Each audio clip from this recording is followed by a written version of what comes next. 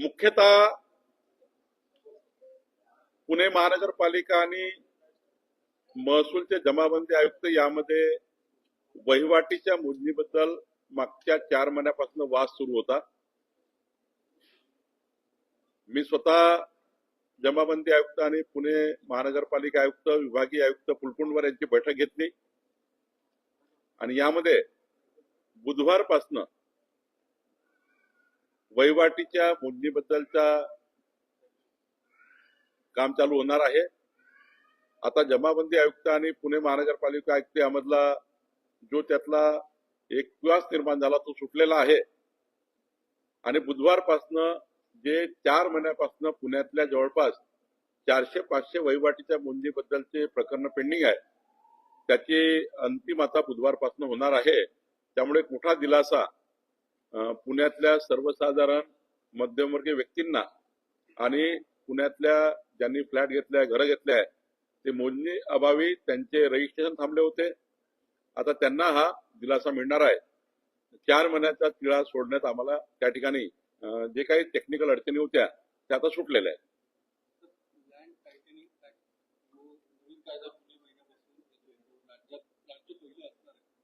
महाराष्ट्राचे मुख्यमंत्री देवेंद्र फडणवीसजींनी आम्हाला सूचना दिल्या आहेत। राज्यामध्ये लँड टायटलिंग ऍक्ट असला पाहिजे जेणेकरून राज्यातल्या प्रत्येक प्रॉपर्टी 14 कोटी जनतेच्या मालमत्तेचं जतन करणे ही आमची जबाबदारी आहे।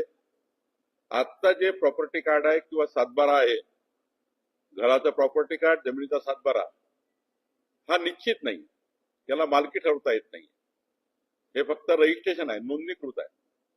7/12 ही अंतिम मालकी नाहीये, प्रॉपर्टी कार्ड हे त्या ठिकाणी अंतिम नाहीये आणि त्यामुळं लँड टायटलिंग ऍक्ट आल्यावर निश्चित प्रॉपर्टी कार्ड लोकांना मिळेल, ज्यातनं जगातल्या कुठल्याही व्यक्तीला या ठिकाणी इन्व्हेस्टमेंट करायची असेल तर तुम्हाला या प्रॉपर्टी कार्डवर इन्व्हेस्टमेंट करता येईल।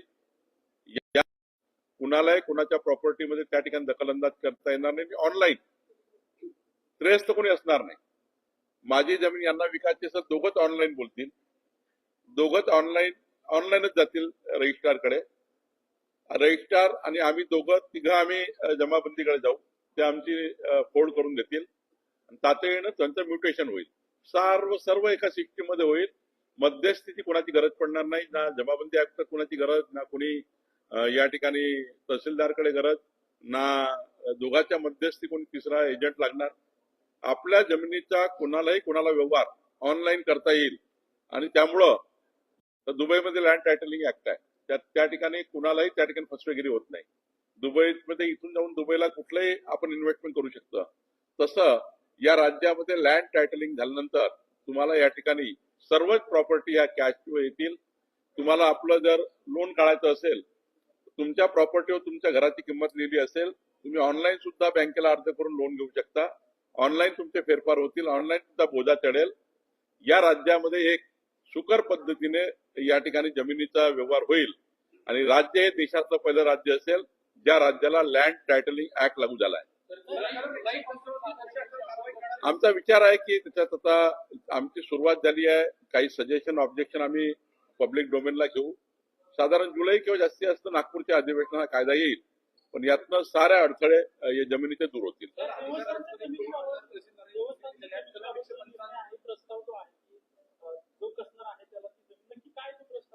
आज आम्ही पब्लिक डोमेन मध्ये महसूलच्या वेबसाईटवर हा कायदा टाकलेला आहे, प्रारूप टाकलेला आहे, कायद्याचं अंतिम नाही आहे। या प्रारूपावर आम्ही ही मागणी जनतेकडनं काही सूचना हरकती मागितल्या आहेत, ज्यांचं याच्यात इंटरेस्ट आहे।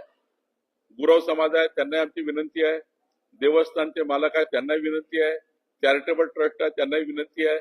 आम्ही हा विचार करतोय की देवस्थानचे हक्क अबाधित ठेवून त्यांना कुठेही डॅमेज न करता, देवस्थानचे हक्क कुठेही कमी न करता, काय वहिवाटदाराचा हक्क असेल जे 100 वर्षापासून वहिवाटदार आहेत, कुळ आहेत त्याच्यावर, त्या कुळाचा हक्क काय असेल एकदा निश्चित करावं लागेल। समजा निश्चित नाही केलं तर 4.5 लाख एकर तसा हा कायदा आणावा लागेल, जेणेकरून आपल्याला देवस्थानचे हक्क अबाधित ठेवून आपल्याला या ठिकाणी या कायद्याची अंमलबजावणी करायची आहे। जर महिन्याभरात आम्ही वेळ दिलेला आहे, या सुधारणा येतील, आक्षेप येतील, हरकत येतील, याच्यावर अंतिम ड्राफ्ट तयार होईल आणि मग विधिमंडळामध्ये आम्ही तो सादर करू.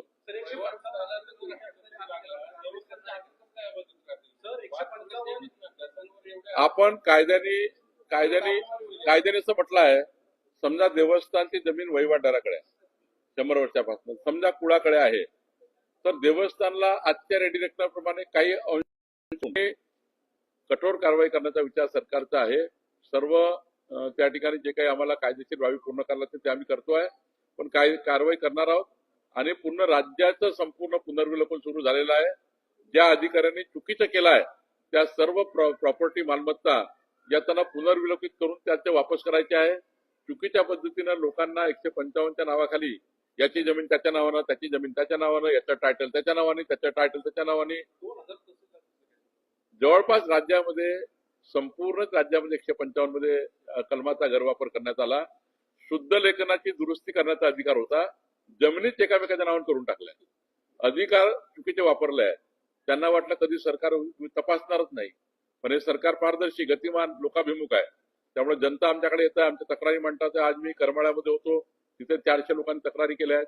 त्यामुळे मला असं वाटतं की तक्रारीवर काही अधिकाऱ्यांना आम्ही काही धाऱ्यावर धरणार नाही. पण पुण्याच्या 40 लोकांना सक्तीच्या रजेवर पाठवलेला आहे, म्हणजे 12 लोकांना. बाकीचं आता आम्ही कारवाई पुढच्या 15 दिवसात करू.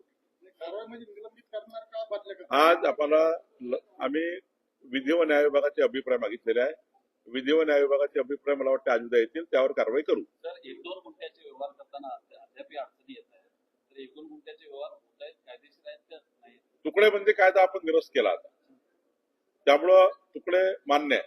फक्त रहिवासी क्षेत्रामध्ये, रहिवासी क्षेत्र ज्या ज्या ठिकाणी तयार झाले, PMRDA, NMRDA, पुणे महानगरपालिका रिजनल प्लॅन मध्ये एक डेट दिली होती 15/10/2024. शासनाने कायदा करून, विधिमंडळात कायदा करून 15/10/2024 पूर्वी जे तुकडा पडला होता त्याला शासनाने मान्यता दिली रहिवासी बेल्टमध्ये तुकडे पडलेल्या लोकांना. पण आता मात्र 15/10/2024 नंतर लेआउट हे सँक्शन करूनच विकावा लागेल. कोणी याचा गैरसमज करू नये आणि याच्यानंतर गुन्हे दाखल होणार आहे. मी आपल्याला वारंवार विनंती करतोय सर्व नागरिकांना, जनतेना आणि बिल्डर्सना, आता कठोर गुन्हे दाखल होणार आहे. 15/10/2024 पर्यंत कोणताही तुकडा मान्य होणार नाही. लेआउट पाळावे लागतील, अधिकृत लेआउट घ्यावे तयार करावे लागतील आणि त्याचं सँक्शन घेतल्याशिवाय, रेराचं असेल, PMRD असेल, NMRD असेल, जे काही स्थानिक प्राधिकरण असतील त्यांचं सँक्शन घेतल्याशिवाय कुठलाही तुकडा मान्य होणार नाही. 15/10/2024च्या आतमधले तुकडे मान्य झाले आहे. यानंतर या कायद्यामध्ये कुठली दुरुस्ती होणार नाही आहे. हा अंतिम कायदा झालेला आहे. त्यामुळे कोणी याच्यामध्ये फसू नये अशी विनंती आहे. आता सध्या आम्हाला 15 जून ते 3 जून हा एक वेळ दिलेला आहे जनगणना आयोगाने आणि याच्याबद्दल निवडणूक आयोगाने. त्या काळात आम्ही करणार आहोत. तापा नाही दिलं चालतं, आम्ही मुख्यमंत्र्यांशी बोलू या विषयावर. पण माननीय प्रधानमंत्री मोदींचे मी महाराष्ट्राच्या जनतेकडनं आभार मानतो. चांगला सकारात्मक संदेश महाराष्ट्राच्या जनतेला मिळाला आहे. पेट्रोल डिझेल या पर्यायाऐवजी इथेनॉल पर्याय, स्वदेशी पर्याय आहेत. सोन्याऐवजी या ठिकाणी स्वदेशामधलं त्या ठिकाणी सोनं चांदी जेवढं आहे तेवढंच आपण खरेदी करू, विदेशातलं सोनं चांदी घेण्यापेक्षा. आणि दुसरं त्यांनी म्हटलं की गॅसबद्दल, तर गॅसचा तुटवडा जाणण्यापेक्षा आज आपल्याकडे परमेश्वराने इतकं मोठं सोलर दिलेलं आहे. सौर ऊर्जेवर चालणाऱ्या अत्यंत चांगल्या शेगड्या या ठिकाणी आहेत, ज्या सिलेंडरला खूप मोठा पर्याय आहे. म्हणजे सौर ऊर्जेची शेगडी ही पूर्ण स्वयंपाक करू शकतं. आता त्या शेगड्या आता मार्केटमध्ये आलेल्या आहेत. आपला जी नैसर्गिक आपली जी संपत्ती आहे त्याचा वापर करून आपण गॅसमध्ये कटोती करू शकतो. पेट्रोल डिझेलला इथेनॉल पर्याय आहे. आणि या ठिकाणी तिसरा पर्याय आपल्याला आहे तर सोने चांदीचा. ते सांगितलं तुम्हाला की विदेशातलं सोने चांदी घेण्यापेक्षा आपल्या देशातले पैसे आपल्या देशात राहावे. एकंदरीत माननीय पंतप्रधान नरेंद्र मोदींची भूमिका स्वदेशी आहे. ती भूमिका देशाने एक्सेप्ट केली आहे.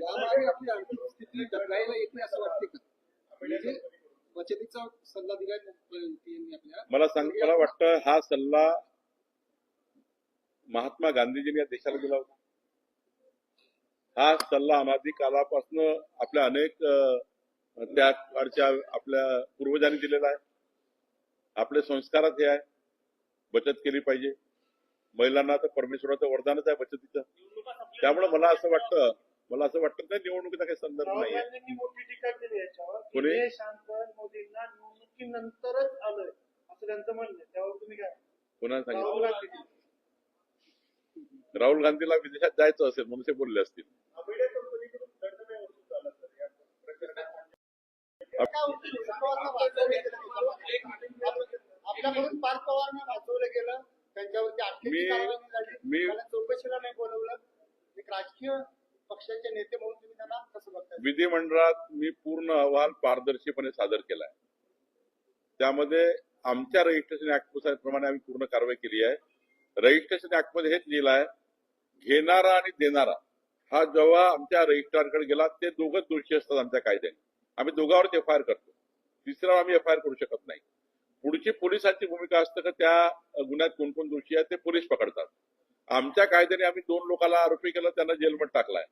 आणि त्यामुळे मला असं वाटतं आमची प्रक्रिया पूर्ण झाली. परंतु यातनं काय झालं, एक चांगलं झालं जर आमचा अहवाल बघितला असाल तर राज्यातल्या यानंतर गव्हर्नमेंट प्रॉपर्टीला कुणी हात लावू शकणार नाही असा एक चांगला आम्ही तुमचं सिव्हिल कोर्टात रजिस्ट्रेशन रद्द झाली तर आपोआप तो दंड माफ होणार आहे. असं- याच्यासाठी सगळी लांबत चालली आहे. असं नाही, असा रजिस्ट्रेशन ऍक्ट नाहीये. आम्हाला रजिस्ट्री कॅन्सल करावी लागतं कारण आम्ही गव्हर्नमेंटच्या नावाने प्रॉपर्टी कार्ड केलेला आहे. रजिस्ट्रेशन कॅन्सल करणं आवश्यक आहे आणि ते दंडाची कारवाई वेगळी आहे, ती वेगळी अपील आहे. त्यामुळे त्याचा काही संबंध नाही, दंड वसूल करणार. त्याचा काही संबंध नाही आहे. ते लिगली आयजीआर करणार आहे, त्यामध्ये आपल्याला पुढची कारवाई बी कळवेल. पेट्रोल आणि डिझेलचे दरावरती गेलेल्या आहेत आणि मुख्यमंत्री अमित शहाची भेट घेतली असं रोहित पवारांचं म्हणणं आहे. आणि अजित पवारांच्या सीबीआय चौकशी संदर्भात मागणी करते. शक्ती कायद्या संदर्भात जो काही राहिला आहे त्या संदर्भात सुद्धा माननीय मुख्यमंत्री त्यांनी कुठल्या विषयाकरता गेले, मी तर सोलापूरला होतो, मी काही चर्चा झाली नाही, पण ते माहिती होईल.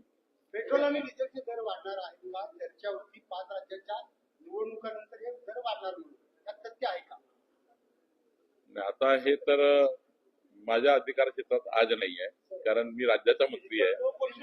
सरकारने केली नाही एखाद्या जिल्हाधिकाऱ्यावर, पण आम्ही या भूसंपादन प्रकरणात कारवाई केली. राज्यात तुम्हाला एक सांगतोय, आपल्या माध्यमातून सर्व अधिकाऱ्यांना, सर्व जनतेला माझी विनंती आहे, भूसंपादन प्रकरणामध्ये कुणी गैरव्यवहार केला त्याचे गुन्हे दाखल होणार आहे.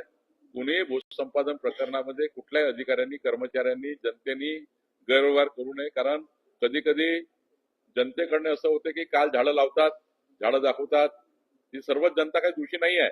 पण 2-3 प्रकरण असं झालं की शेतकऱ्यांनी 1 वर्षापूर्वी झाडं लावले, भूसंपादन होणार आहे. काही व्यापाऱ्यांनी की 1 वर्षापूर्वी त्यांनी झाडं लावली वगैरे हाच प्रकार तिथे घडलाय. अनेक व्यापारी पुण्यातले त्यातही आमचा शोध चालू आहे.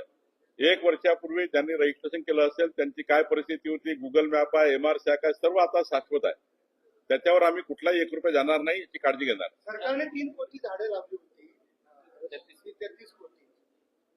त्याचं काय स्टेटस आहे? खर्च ऊन भरपूर वाढलाय, तापमान